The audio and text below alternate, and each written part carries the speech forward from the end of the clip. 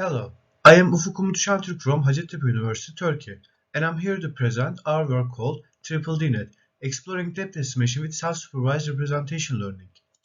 Understanding the 3D world around us through computers is important to solve 3D computer vision problems such as 3D object detection and 3D reconstruction. Inferring the scene depth perception is a key aspect in all these problems. In this work, we aim to solve the molecular depth estimation problem. Approaching this task in a fully supervised fashion is a laborious and noisy process, since it requires pixel-wise annotations. Recent works try to address this problem by utilizing consecutive video frame information via joint learning of even motion and depth prediction. This structure from motion approach relies on depth network estimating depth map and the pose network estimating the pose between two frames. This is supervised by reprojection loss based on photometric loss shown by red arrows.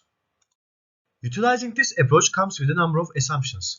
Models relying on these assumptions such as constant illumination and the static world fail disastrously, especially in textureless regions, because structure from motion does not model the motion of dynamic objects such as cars, trucks, and humans. Recent approaches must cut stationary, occluded, or dynamic pixels from loss function. That ignores the possibility important signals could be lost, causing the training process to become disrupted. Also, this leads to incorrect depth estimations in those local regions. We approach this problem with an image representation learning perspective to model scene context and keep the gradients flowing during backpropagation. This context modeling helps the network infer that similar scenes would likely have similar scene representations, hence similar depth estimations. So, we believe that mutual learning of different but related tasks is likely to model good scene representations. Semantic segmentation is the most related task to depth estimation. However, many works utilize ground truth prior. Therefore, we develop pretext tasks such as inpainting in the self-supervised learning paradigm to relate to depth estimation tasks. So, we propose Triple DNet to obtain refined context representations and consequently depth estimations.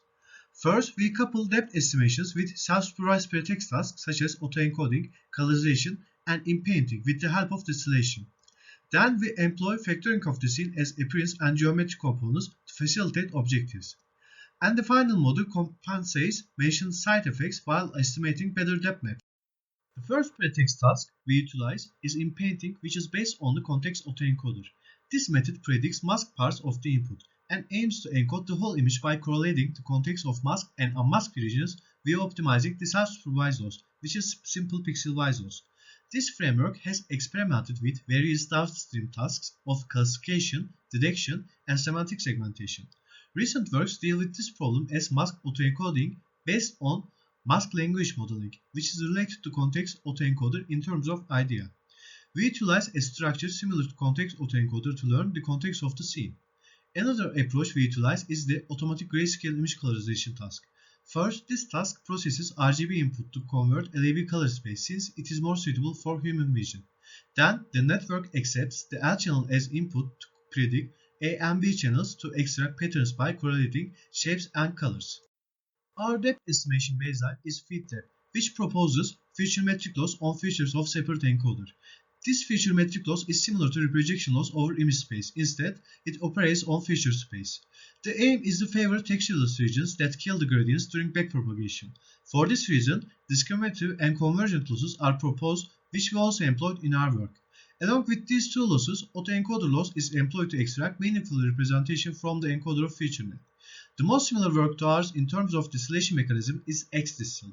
It utilizes a prior semantic segmentation network pre-trained with ground truth. Distillation is done with the help of the depth segmentation task, which transfers knowledge of the segmentation network to the depth network via backpropagation. The main difference is that our approach does not rely on any ground truth prior and factors seen as geometry and appearance. Our approach consists of two main components, pretext task distillation and disentanglement. And there are two main variations, only pretext task distillation, disentangle and distill, which is also called Triple DNet. We create a taxonomy to make it easier to follow. In the case of only pretext task distillation, we aim to utilize the direct supervision signals easily extracted from the existing data to distill knowledge from self-supervised objectives via backpropagation, and that maintains gradient flow. For this purpose, we mainly propose four pretext tasks to refine representation. The first one is the depth to grayscale task. Our intuition is similar to colorization task, where we assume that pixels in a local neighborhood having similar pixel intensities belong to the same object. hence are likely to have similar depth values.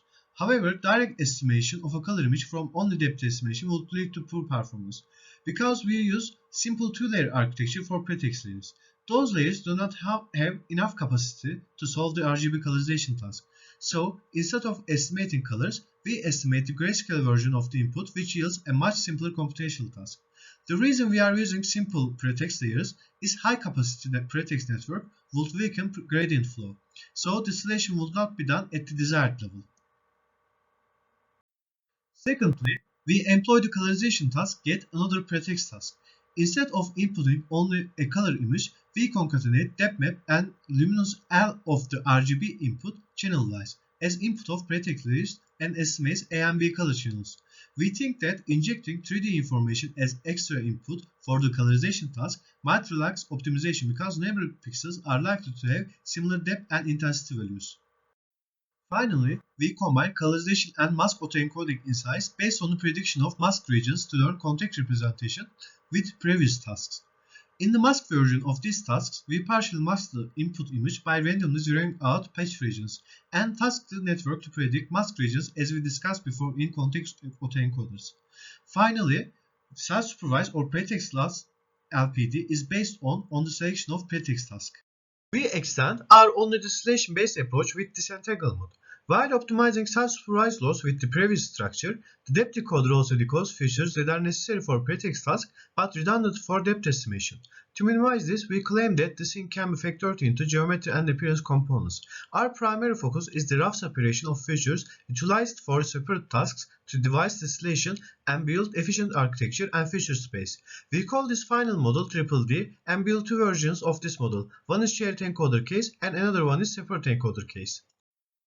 For the shared encoder case, we cannot change input X to form distinct pretext tasks such as colorization and impeding because they expect a different version of the input, and changing input X into something different affects the depth estimation framework and puts a redundant burden on the already ill-posed problem. So we only employ autoencoding optimization, and depth estimation is supervised by reprojection losses as usual. A separate encoder allows us to use different modalities and pretext tasks other than autoencoding for appearance encoders. We formalize three main pretext tasks: colorization, inpainting, and autoencoding. These pretext tasks have the same intuition as we discussed before, only we extend them with disentanglement process and multi-distillation mechanisms. And this multilayer distillation is provided by these red arrows, which are also called distillation skip connections. Our depth estimation baseline is FeedDepth, which only extends monodepth2 with FutureNet. So we inherit the warping function and reprojection and future metric losses from the FeedDepth. In extra, we add the self-supervised representation learning structure and losses to the final depth estimation framework. Transfer learning is currently one of the primary practices in machine learning. So far, supervised trained models are utilized for encoder initialization in self-supervised depth estimation. However, trained models by ground truth supervision have so much bias driven by the labels and complicate transferring knowledge from one task to a very different one. So we change the model used for initialization from supervised to self-supervised. All these self-supervised methods are trained on ImageNet without any ground truth. Normally, encoder of FutureNet is initialized with supervised models and it is trained with autoencoding laws in the original FeedDepth work. So, for better future representation, we change it to mask autoencoding loss as previously described.